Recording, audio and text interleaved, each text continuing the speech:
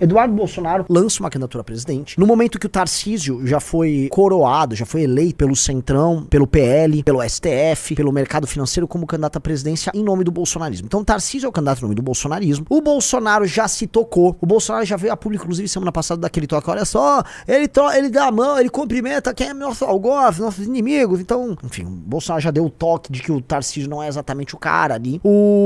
E aí, como resposta, a família que mandou o Eduardo ficar andando nos Estados Unidos, curtindo a vida, falando que tá enfrentando o comunismo, quer lançar ele como o antipetista novo. E ele quer dar uma renovada nos discursos da família, porque a família não tem mais discurso nenhum. E eu achei engraçado, eu no mínimo ri, mas eu quero entrar no detalhe e explicar o que tem por trás do discurso. Então vamos lá. Meus amigos, nós estamos diante de um momento delicado da nossa história. O Brasil vive uma fratura social profunda. Pausa. Um sentimento. Editar a voz dele. Tem algum problema de edição? Ele tá com algum problema? Essa voz aí tá esquisita, não tá? Parece passando aquele Adobe. Deixaram mais grave a voz dele. Repara isso, deixaram mais grave a voz.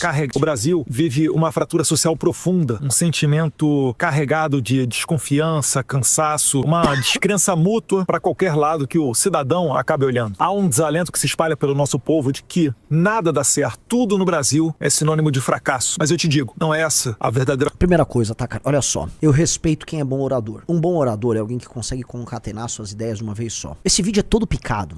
Então, deram um discurso pra ele falar, e aí já começa assim. E ele tendo que gravar pedaço a pedaço. É todo cortado. Porra, faz a porra de um discurso. A falta de bons oradores hoje no Brasil, falta de gente que você põe em cima da porra de um palanque, põe com o microfone e ele sustenta 5, 10, 15, 20 minutos de fala coerente, com começo, meio e fim, altos e baixos. É assim, denota claramente a falta de bons líderes. Um bom líder sempre é um bom orador. Um bom líder político, no caso. Um bom líder político sempre é um bom orador.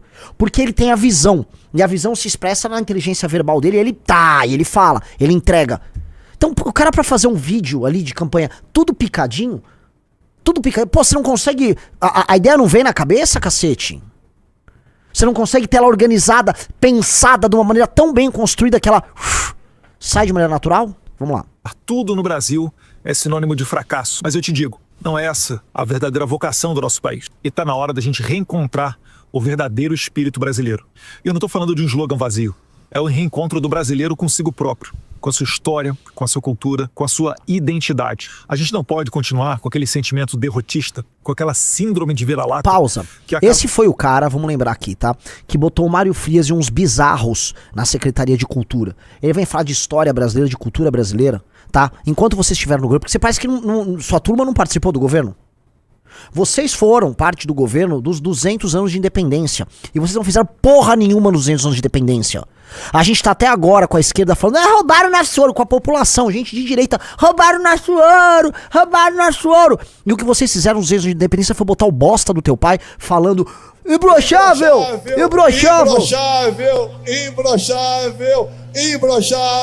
Isto aqui foram os 200 anos de independência do Brasil. Aí vem falar que ele, nossa história, que porra é essa? Vamos lá. Odiar a nossa derrotista, com aquela síndrome de vira-lata, que acaba por nos fazer odiar a nossa própria história. O Brasil não nasceu ontem. Ele é fruto de erros, de acertos, de momentos ruins, mas também de glórias. E é preciso maturidade para reconhecer que, mesmo em momentos difíceis, houve grandeza. O Império nos deu estabilidade, instituições, cultura e unidade nacional. A República Velha teve seus problemas sim, mas ela lançou as bases da infraestrutura e também da formação econômica do Brasil moderno. A gente não pode apagar isso. E se nós queremos nos reencontrar enquanto nação, nós temos que enxergar as figuras históricas do Brasil com um olhar nacional e não partidário. Pausa. Vocês estão vendo que esse discurso está se encaminhando para uma coisa, né? Eu vou explicar. Vocês estão vendo. Veja só, meu amigo. Você tá entendendo de onde vai, tá vendo esse discurso, né? Pega 30, sobe 30, joga 37, pega o preço do aço, vê um menino negro da periferia que não consegue compreender esse mundo absolutamente complexo de uma economia global que diz os três do Brasil. Vamos lá. Getúlio Vargas, por exemplo, ele liderou um governo que não teve as liberdades plenas, é verdade. Mas é inegável também que houve avanços na nossa indústria, a intenção de valorizar o trabalhador e também CLT? Investimentos em infraestrutura. Fechar os olhos para isso. Olha só, seria... pausa. Ai, calma, vamos lá. infantil. O mesmo vale para Juscelino Kubitschek. Podemos debater os custos e os efeitos econômicos do seu governo. Mas é inegável. Houve ali um projeto de integração do país, de otimismo, de progresso. Foram 50 anos em 5. E isso daí marcou o imaginário do Brasil por décadas. Não é diferente com João Goulart. Podemos concordar ou discordar das suas propostas, eu certamente não sou um fã dele. Mas é injusto negar que muitas delas nasciam... Você sabe quem fala? Ele tá falando João Goulart. João Goulart é herói da turma trabalhista do PDT. Assim como o Brizola, que era o maior aliado dele. Vocês estão entendendo de onde vem isso aí, né? Vamos lá. São de dar respostas a anseios populares. Assim como falar do período militar, não dá para dizer que tudo ali foi trevas. Até houve autoritarismo.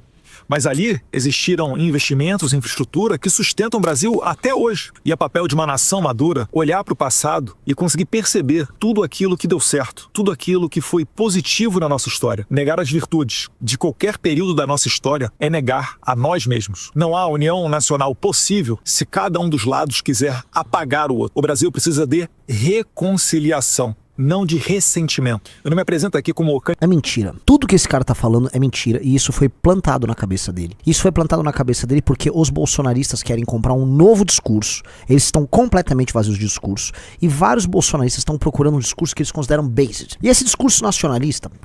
Entendam, tá? Vocês claramente viram de onde veio o discurso. Esse é o discurso histórico do Ciro Gomes. Esse é o discurso do Aldo Rebelo. Esse é o discurso em parte, tá? Do Mangabeira Unger. Vamos colocar aqui, ó. O Aldo Rebelo e o Mangabeira Unger estão há bastante tempo indo atrás de figuras de direita para eles saírem daquele trabalhismo cirista, porque o projeto do trabalhismo cirista, do neodesenvolvimentismo cirista, meio que deu em nada. Né?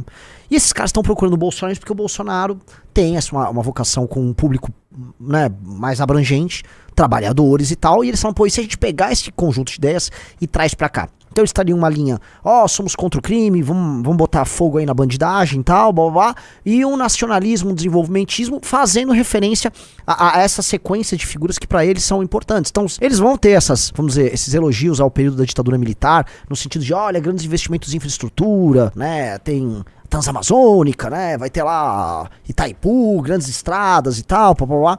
Vamos fazer referência ao Getúlio Vargas, que é o ídolo maior desses caras. Vamos fazer referência ao Jango, que era visto como um nacionalista.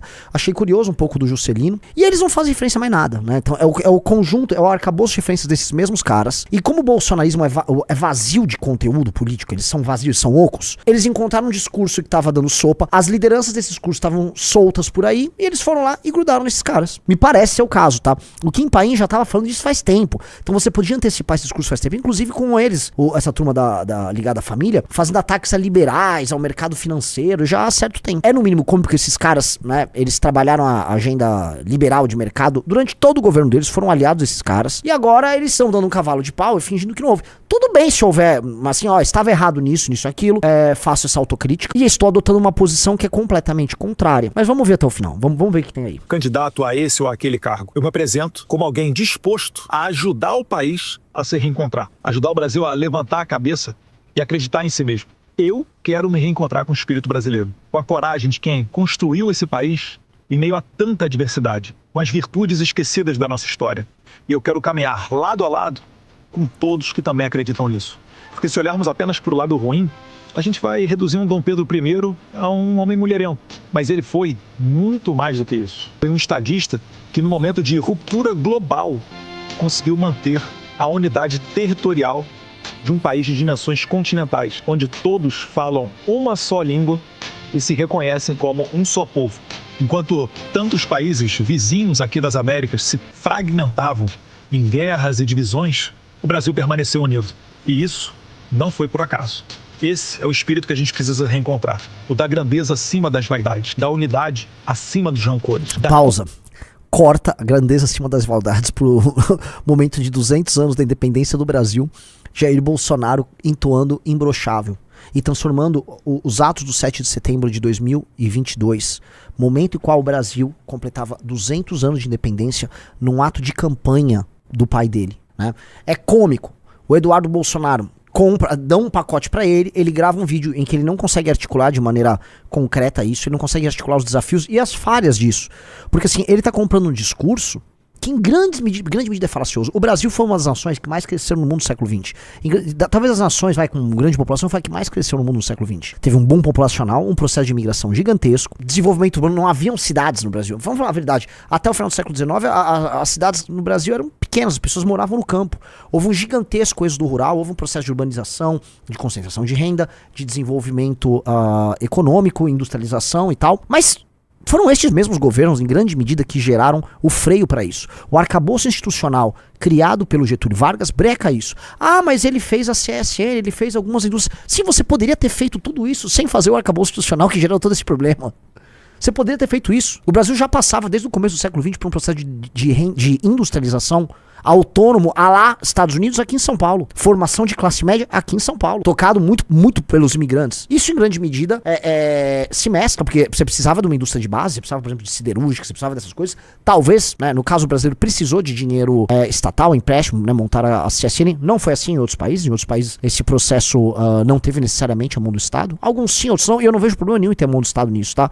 A questão é levantar esse ponto, não levantar todas as externalidades geradas pelas decisões ruins e centralizadoras tomadas pelo Getúlio Vargas em termos econômicos, foi o que impediu, não só dele, mas decisões tomadas no processo da ditadura militar. Eu volto a trocar as leis trabalhistas, o gigantismo, o agigantamento da máquina estatal, a burocracia, as leis que inviabilizam os negócios. A gente paga até hoje os custos daquela época e ficam vendendo, não, é uma época de... Não, você tem outras razões para ter tido uma época de crescimento econômico ali. Você tem outras razões, volto a colocar, o potencial é gigantesco, uma massa de pessoas enormes, um país com recursos naturais, todo mundo morando no campo, é um processo muito parecido com o que passou a China. E aí, não, aqui é o período... Não, você vai querer repetir o que foi feito ali? Hoje a gente vive as consequências, em grande medida, daquilo, consequências problemáticas daquilo. E eu vou levantar uma coisa que é o seguinte... Eu acredito, do ponto de vista político, que a gente tem que olhar para alguns desses momentos, tá? E pensar, aqui tem elementos muito interessantes. Do ponto de vista político, você consegue pensar. Agora, do ponto de vista econômico, o Brasil não é um país capitalista. O Brasil ele tem que fazer reformas estruturantes no Estado gigantescas. Gigantescas. Só que essas reformas são impopulares. E esses caras, como o Eduardo, não querem comprar isso. E eu vou chegar nisso, porque isso tem a ver com o Orbán, que é um dos ídolos dele. Vamos lá, dá o play. Construção acima da destruição. Se tem algo que eu aprendi nas minhas andanças pelo mundo, foi com o líder conservador mais longevo da atualidade, Viktor Orbán.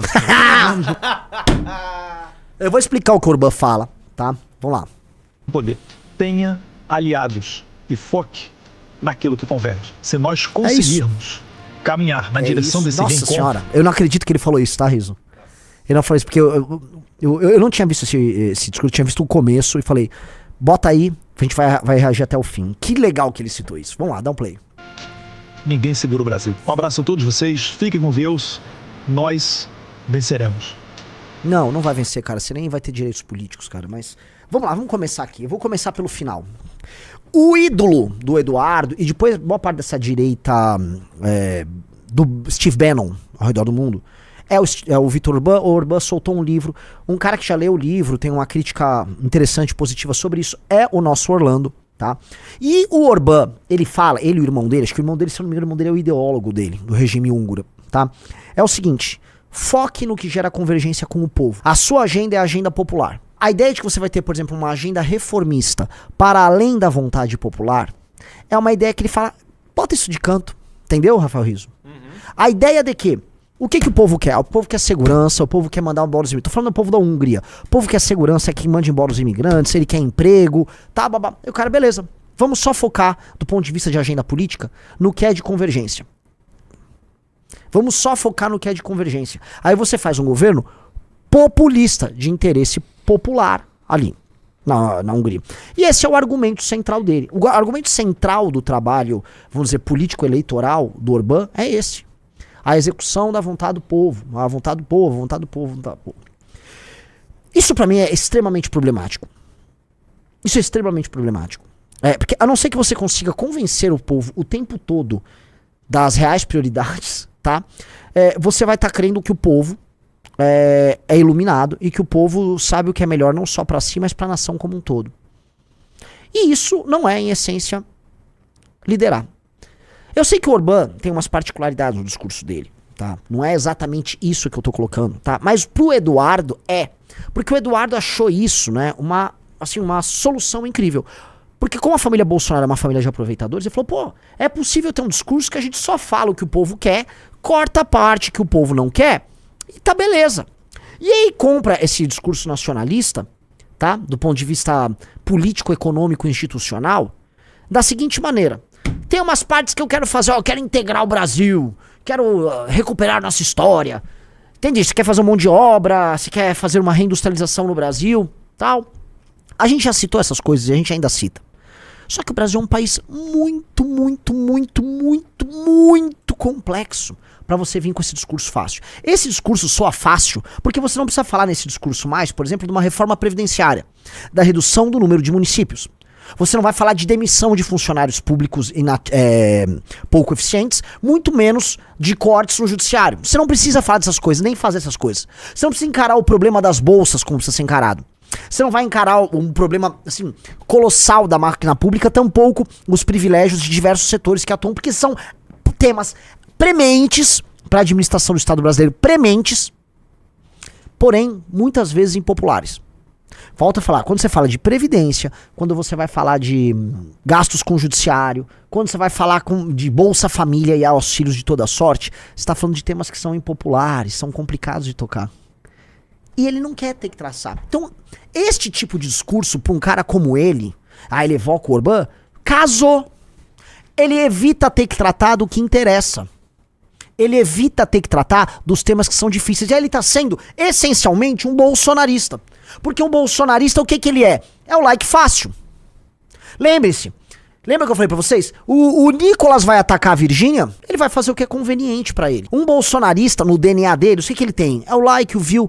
A coisa sem obrigação, a coisa sem compromisso. Então não tem compromisso com o Brasil. O que tem é o seguinte, ele faz uma leitura bolsonarista do Orbán. Então tem uma leitura bolsonarista do Orbán.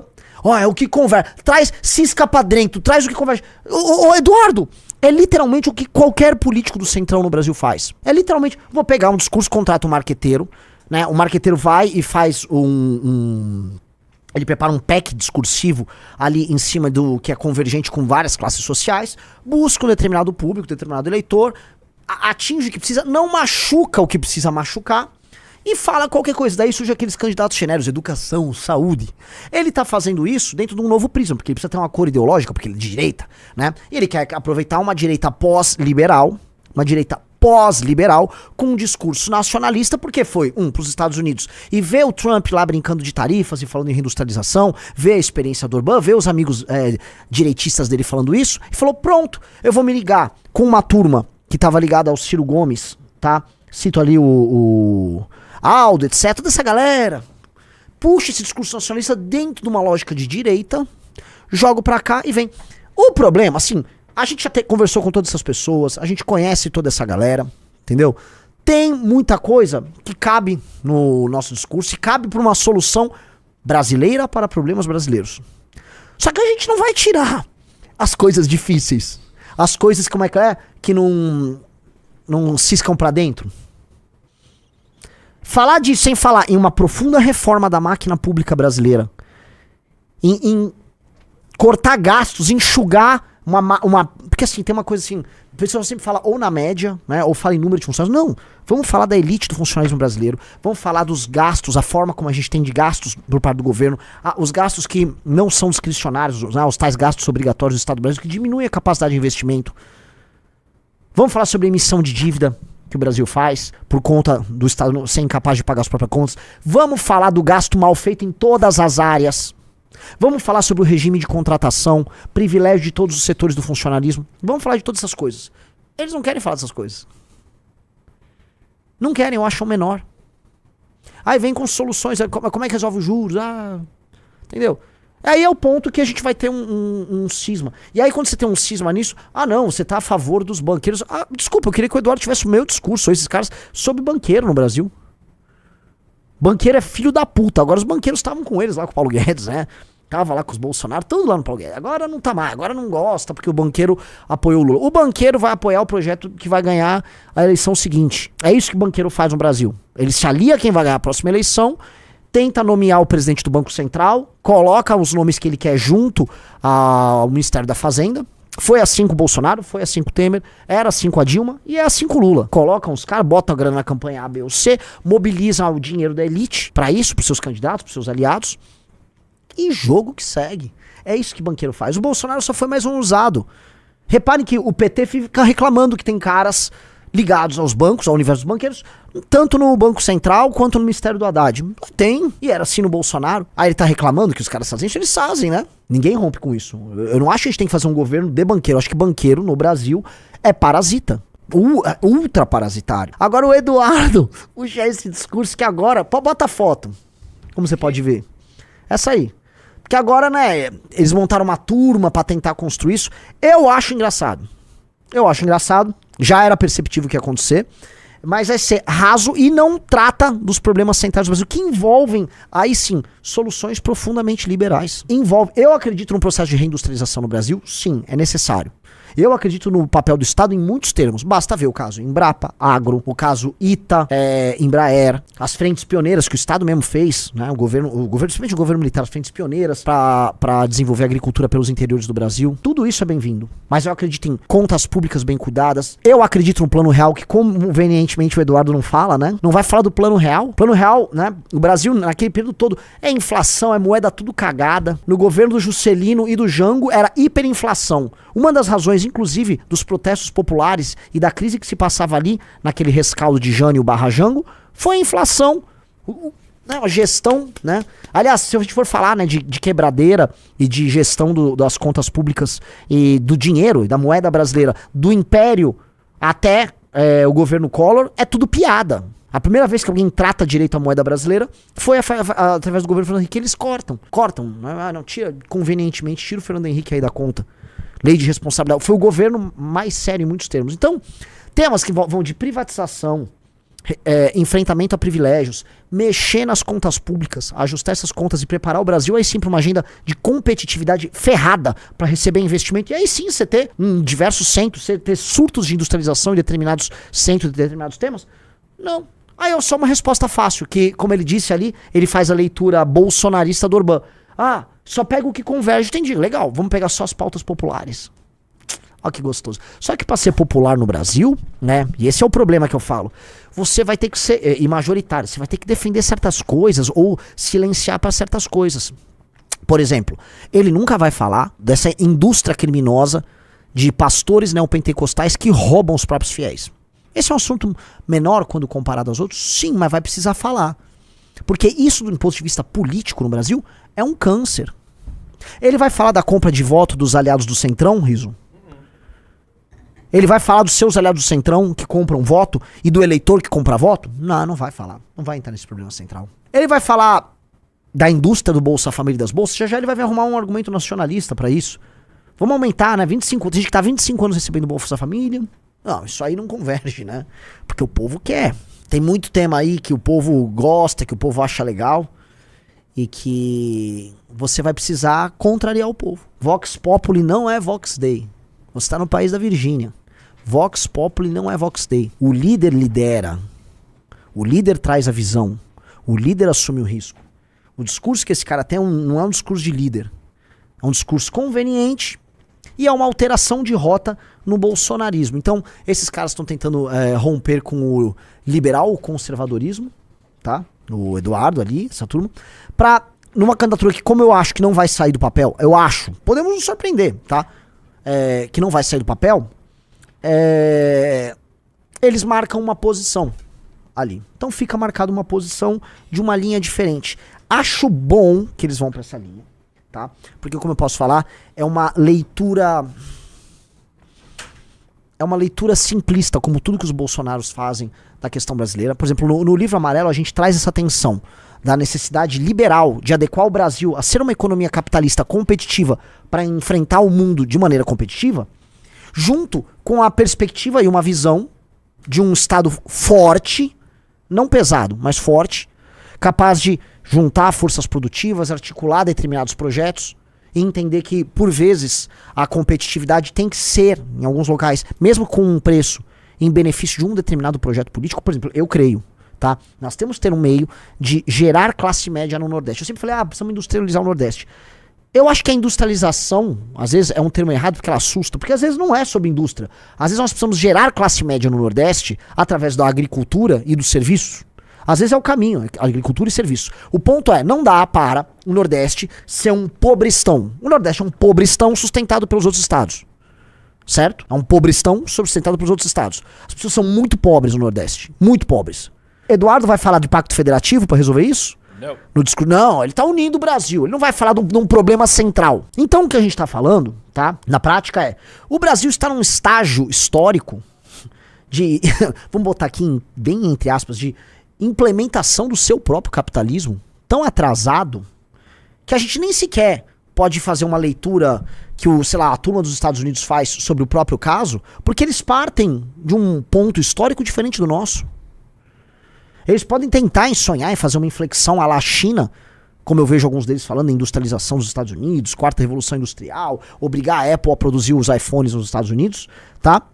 Porque, cara, os Estados Unidos, ele tem um arcabouço legal e uma mentalidade pró-negócios que vai desde as micro-relações entre uma loja e outra, até as grandes legislações que eles têm ali, que às vezes são nenhuma grande legislação, é apenas a ausência de legislação sobre o tema, a ausência de regulamentação em diversos temas. Os Estados Unidos estão num outro estágio do capitalismo. E aí eles podem falar desse assunto. A gente não tá, cara. O Brasil, antes mesmo de se industrializar, ele nunca foi uma nação industrializada. Ele já criou todas as regulamentações possíveis. Já elegeu seus amigos do rei, todos os seus campeões nacionais, há muito tempo atrás. Já criou todas as burocracias possíveis e imagináveis. Então ele nunca foi capitalista de facto. Não, então a gente tem muito a desregulamentar, a gente tem muito a desburocratizar, a gente tem muito a demitir, para poder permitir que o Estado seja forte, mas não pesado. Forte e ágil, não pesado. Agora, não é isso que o nosso amigo tá falando. Ele tá vindo, volta a falar, ele vai querer misturar um discurso matar bandido com um nacionalismo econômico, tá? E essa vem sendo a linha que esses caras vão querer pegar. Acho engraçado. Agora, é muito bom porque eles estão muitos passos atrás do que a gente vem fazendo no Livro Amarelo. Que lá a gente vem tentando conciliar essa questão profundamente nacional, profundamente latino-americana, tá? Da hiperburocratização, de uma coisa caudilista, da adequação de um patrimonialismo a uma necessidade de uma sociedade capitalista, que foi algo que aconteceu no século XX de maneira troncha em todos os países da América Latina. Você pega o caso chileno, que eles, né, através de uma ditadura, eles impuseram um regime de mercado ali e eles se tornaram, gostem ou não do modelo chileno, uma sociedade desenvolvida na América do Sul. Você pega o que o Milei tá fazendo na Argentina, é uma linha completamente contrária. Eu acho até engraçado. Na Argentina é outra linha, é completamente diferente. Né? Então, acho... Um cara botou, faça um treino intenso de calistenia no Brasil. É isso, XJ. O Brasil tem que ser como se fosse um Khabib Nurmagomedov, sabe? Um cara forte, ágil, leve. É isso que a gente precisa ser. O Estado do Brasil precisa ser forte, ágil e leve. Não pesado, gordo, mastodôntico, ineficiente, viciado. Que é isso que o Estado brasileiro é. Que são os Bukele de tal lugar, né? Nós temos Helder Barbalho, que ele é o Bukele de Belém do Pará. Então, como é que ele buqueliza o Pará? Ele faz a COP30 para agradar o governo Lula e as ONGs que querem basicamente destruir a agricultura brasileira. Algo que, assim, o Bukele jamais faria. Porém, ele propõe uma guerra contra o crime, Rafael Almeida Rizzo. Calma. Fica aí falando de COP30 mais um pouco aí, ó. Parabéns, Helder Barbalho! Pô...